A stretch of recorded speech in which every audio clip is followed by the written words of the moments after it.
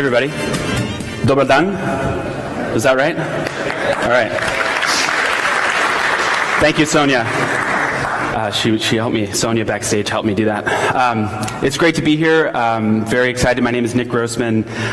First off, thank you to Ivan and Matea for putting on this incredible conference. It's just a real honor to be here, and I'm having a great time so far and looking forward to meeting all of you. So I'm going to talk a little bit about technology and the internet and sort of where we are today, and try and put it in a little bit of a historical perspective. We've heard this morning about some of the things that are happening at the technology level.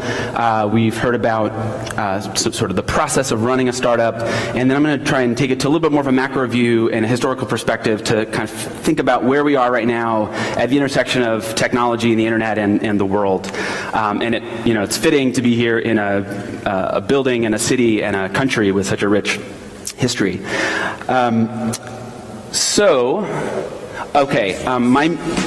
there music? You hear does anybody recognize this song? There we go. This was supposed to actually match my walking out music, but it didn't, but it doesn't really matter. So, you remember J-Lo, 2002? You guys remember this song? Anybody? No? This was really popular when I was in college, and I did a lot of dance club dancing to that song in 1999. That was the Beat Nuts.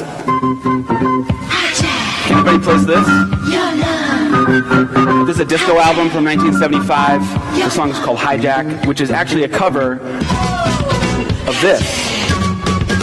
Can anybody in the room place this number? It's okay if you can't, because I couldn't, and I had to look it up. This is Herbie Mann, who was a phenomenal jazz flautist from the 1970s. And the point I want to make by putting all this out here is that with music and culture and technology and business, it's the same old song again, and sometimes it's in a different key, and it can be helpful to look back at the history of things to try and understand where we are today and what to make of it.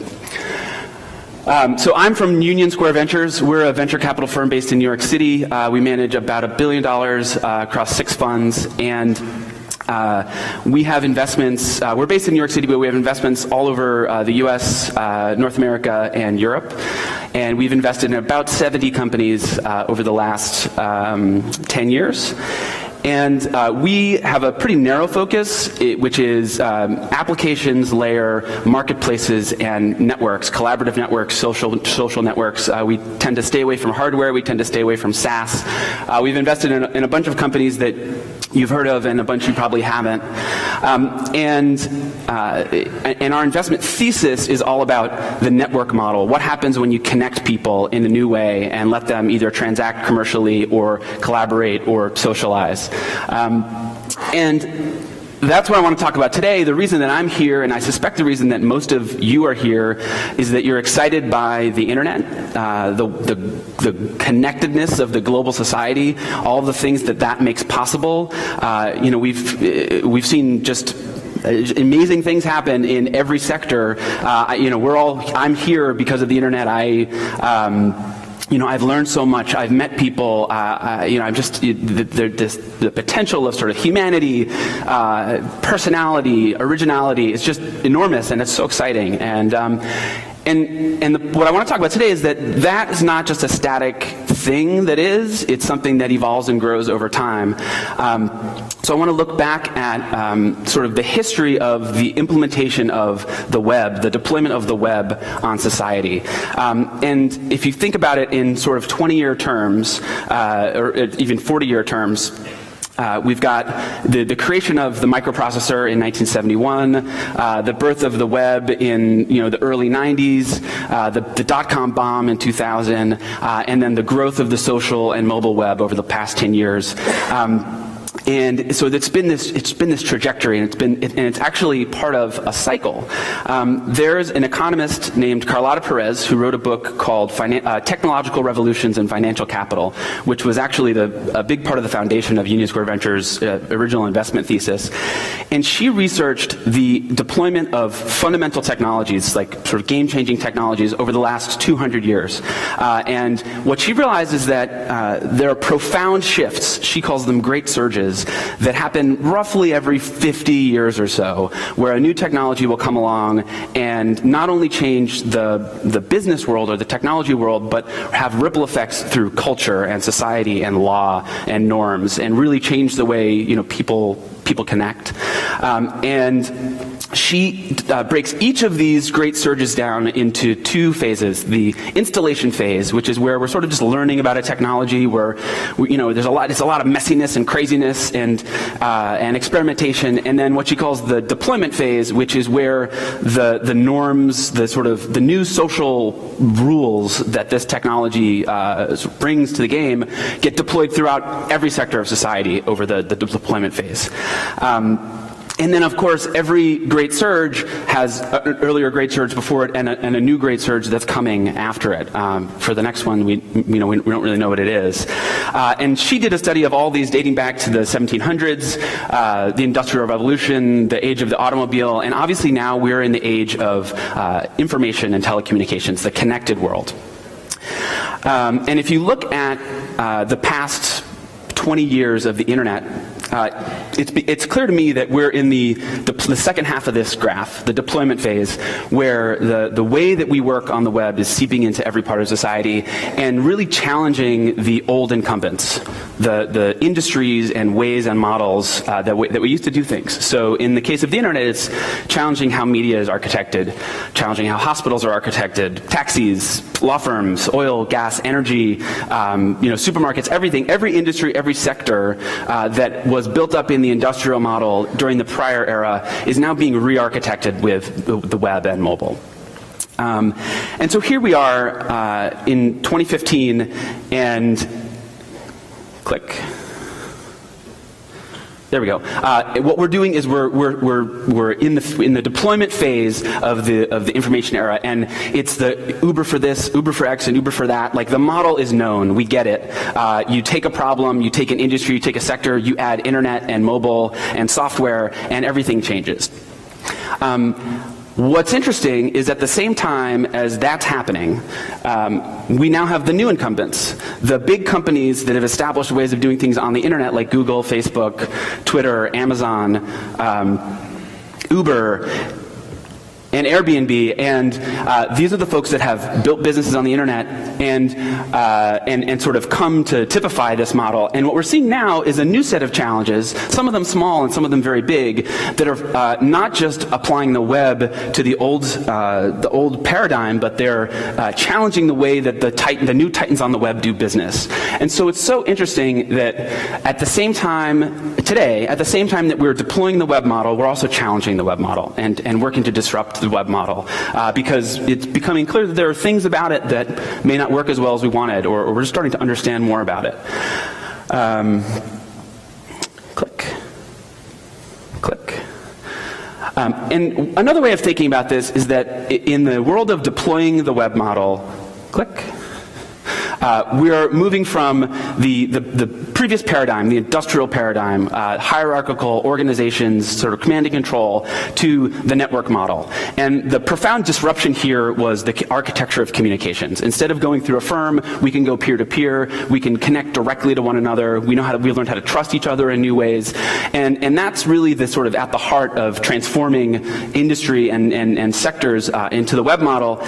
And what we're seeing now is that disrupting the web model is more about the data architecture. So as new challengers come into the web, for me it really boils down to this question of how is the data architected, how is the data organized, and are we okay with that? All of the power is really in the data.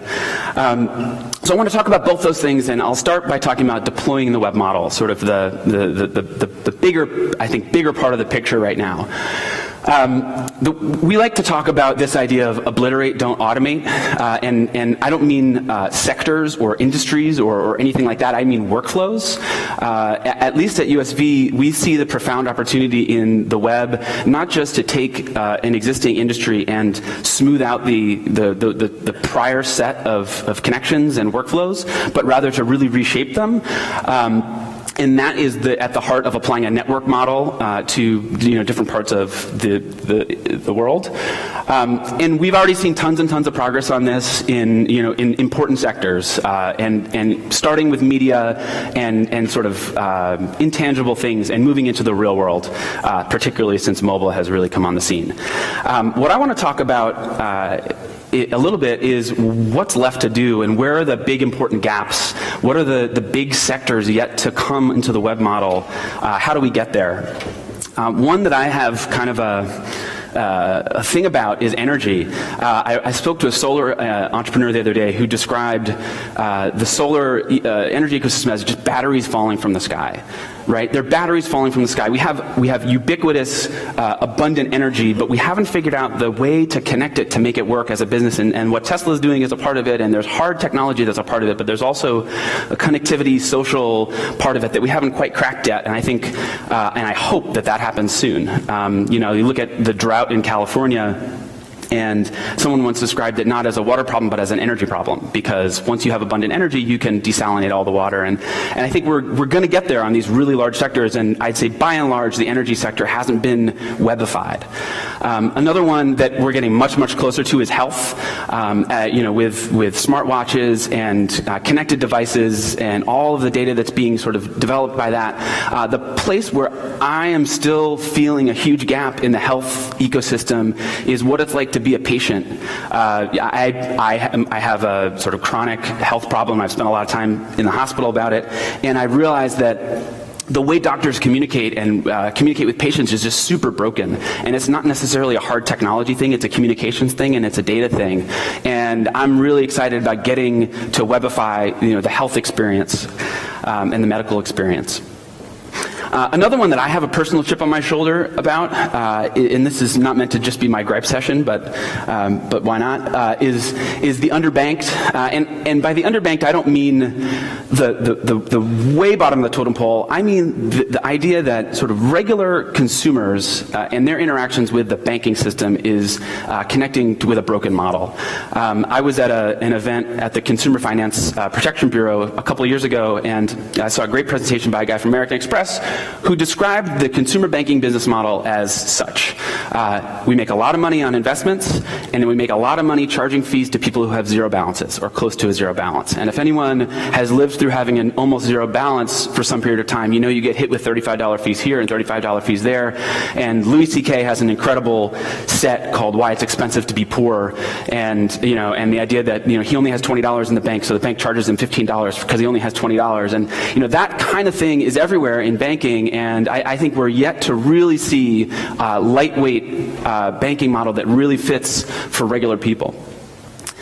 Click. And then another one is the idea of long-tail industry. We saw one of the presentations earlier about can we create a network for beekeepers? We're at that point of deployment of the web where the most specific parts of the most seemingly obscure industries can be transformed into a network model, and we're going to see that. And these aren't going to become the next Facebook, but they're going to become important vehicles for transforming the way we live and work together. And that goes across the board, everything. One thing that I think about a lot as part of my work at Union Square Ventures is thinking about how the web model hits the regulatory model. The way we regulate industry and sectors is coming from the industrial era, where it's a permission-based system where if you need to do something new, you need to apply for a license, whether that's as a taxi driver or a hairstylist or to do a startup or anything. And the thing that we've learned in building web platforms is that we have a new way of generating trust with people. And anybody who's used a peer sharing economy platform and developed a reputation and transacted with a stranger online, whether you got in their car or stayed in their house or bought something handmade from them, understands this. And at the core, what web platforms have developed is a new regulatory model, a new way of establishing trust with people, a new way of holding people accountable. and the sort of real-world regulatory environment hasn't caught up with that. And that's something that I think we'll get there, but it's going to take a long time, and we're going to have to figure out the right way to do it. I think about it as Regulation 1.2 and Regulation 1.0 and 2.0, where the old model of regulation is you got to ask permission first, and then you can go do. And the web way of regulation is you go get started, drive that car, sell that stuff, whatever. But we're going to track it. We're going to keep data, and that data is going to hold you accountable to the system. That's a very different model, and it's really interesting to think about the impacts of applying that model of regulation to the real world, and it has everything to do with starting startups, no matter what sector you're in. This is a real issue and something that I think we're still getting there on. And now, to switch gears a little bit and talk about disrupting the web model. I think this is something that, especially in the last couple years with the rise of Bitcoin and the blockchain, which I'll get to in a second, has really come into everybody's mind. That we've built these platforms, they're doing incredible things, but there are also dynamics about them that make some or many people uncomfortable and have given us sort of pause to think about. On a micro scale, on sort of a platform scale, this is not a new idea. If you look back at the history of technology for the past 20 years, dating from hardware and the early internet in the 1980s to the beginning of the internet and the desktop computing in the 1990s, to today's big web platforms, to today's big social and mobile platforms. I don't know if you can see this, but at every step of that way, where you had a big powerful company come out, whether it was Microsoft or Apple or IBM, soon after that there was kind of a backlash of openness. And the little blue dots here are varying forms of open technology, whether it's Linux or the IP protocols and everything that made the web. There have been tons of efforts to try and crack open the powerful grip that the big web platforms have. And the question is, we haven't yet really seen that work on the big web platforms, and we're starting to see it on some of the web and mobile platforms. Where there is a sort of a wave right now happening, saying how can we as entrepreneurs or as hackers or as folks from civil society think about cracking open the powerful grip that some of these larger companies have on what's becoming sort of everything that we do in life. To take that to even more of a macro level beyond just kind of the platform wars among the tech companies, a good book to read on this subject is called The People's Platform by this woman, Astra Taylor. And her point is that we've built this incredible connective tissue, this fabric of the web, but there are actual kind of structural power imbalances baked into it that are problematic. And I think she's onto something there, and I think a lot of people are sensing that there are problems to be worked out, and there's actually a ton of activity bubbling up around those problems. For me, it all boils down to data and the idea that now we understand as a society that data is power. If you hold the data, you have power. And if you can collect that data, you can do things with it. And I think that has started a pretty big conversation about trust. And what does it mean to trust the people who hold our data and have access to that data, whether it's a web platform or whether it's the government. And there are a million different dimensions of that, but this is something that I think has become, much more tangible to people recently. At the same time, there's this interesting switch happening where a few years ago, if you were running a web platform, your mentality was, let's collect all the data. I'll collect all the data I can because I might be able to use it for stuff. And just get it.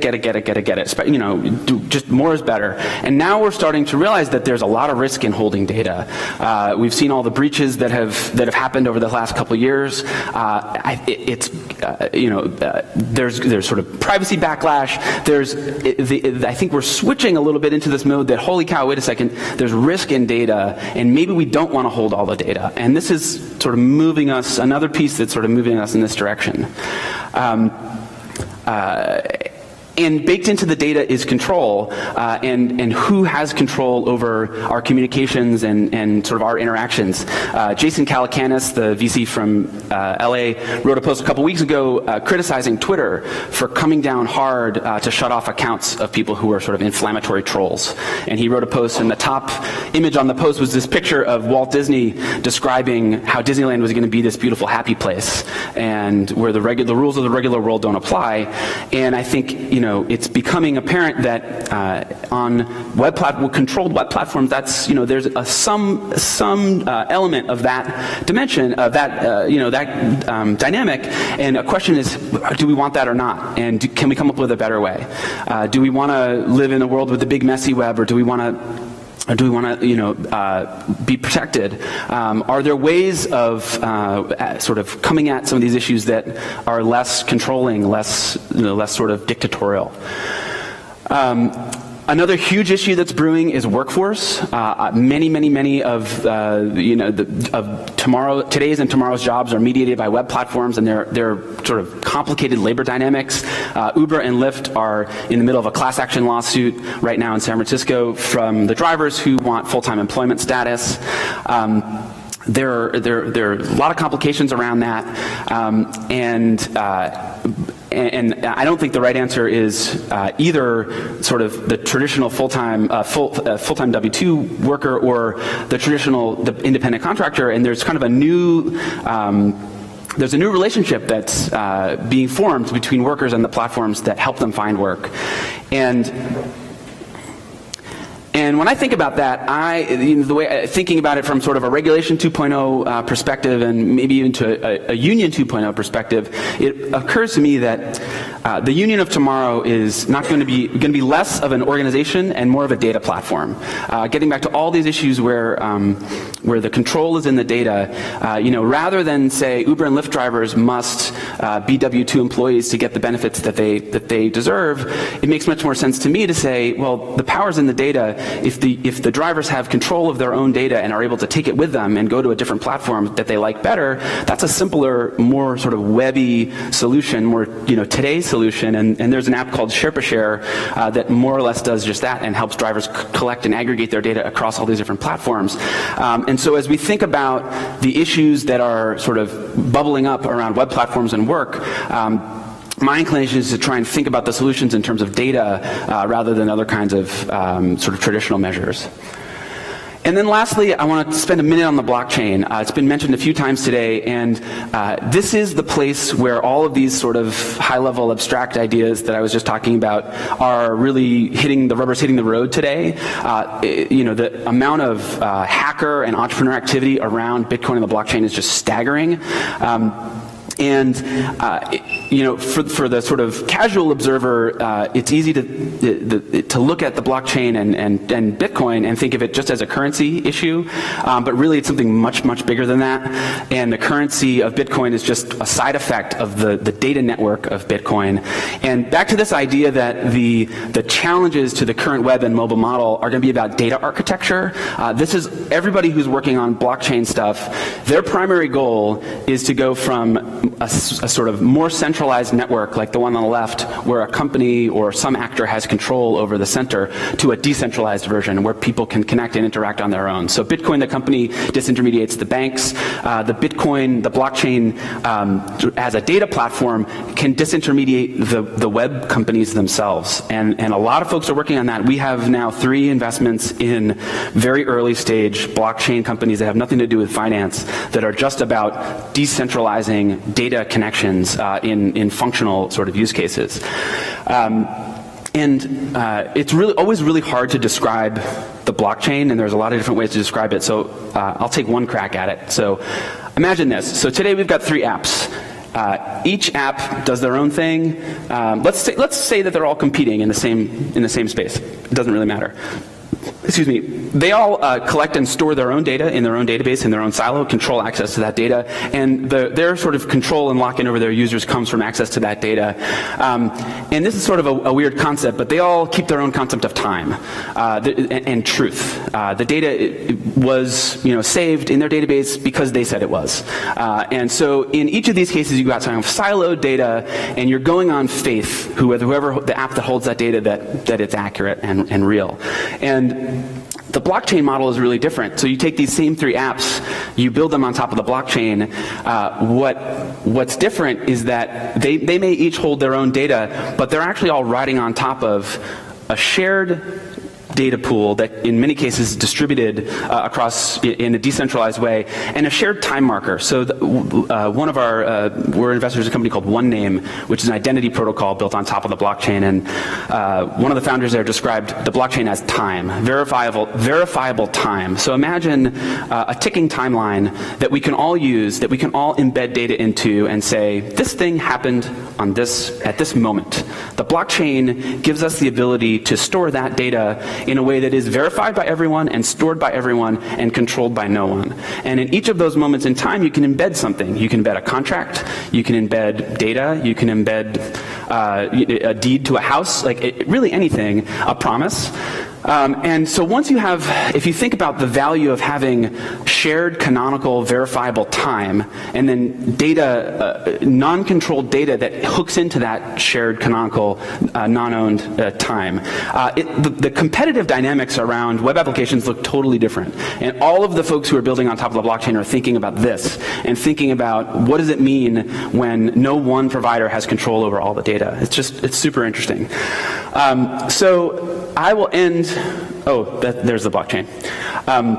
I'll end with that, and what I hope to do today was to think a little bit macro about where we are in the world and in the web, and try and frame that in the context of all of the previous, sort of great technology crushes that have happened in the past, and then look at some of the more micro and maybe possibly macro dynamics that are, challenging that model, that are really, really active right now. And at Union Square Ventures, our investing thesis is basically split around these 2 ideas.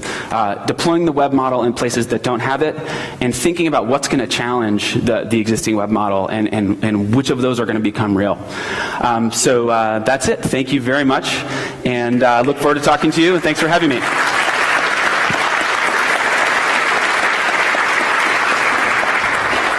Thank you, Nick. Thank you. Okay, so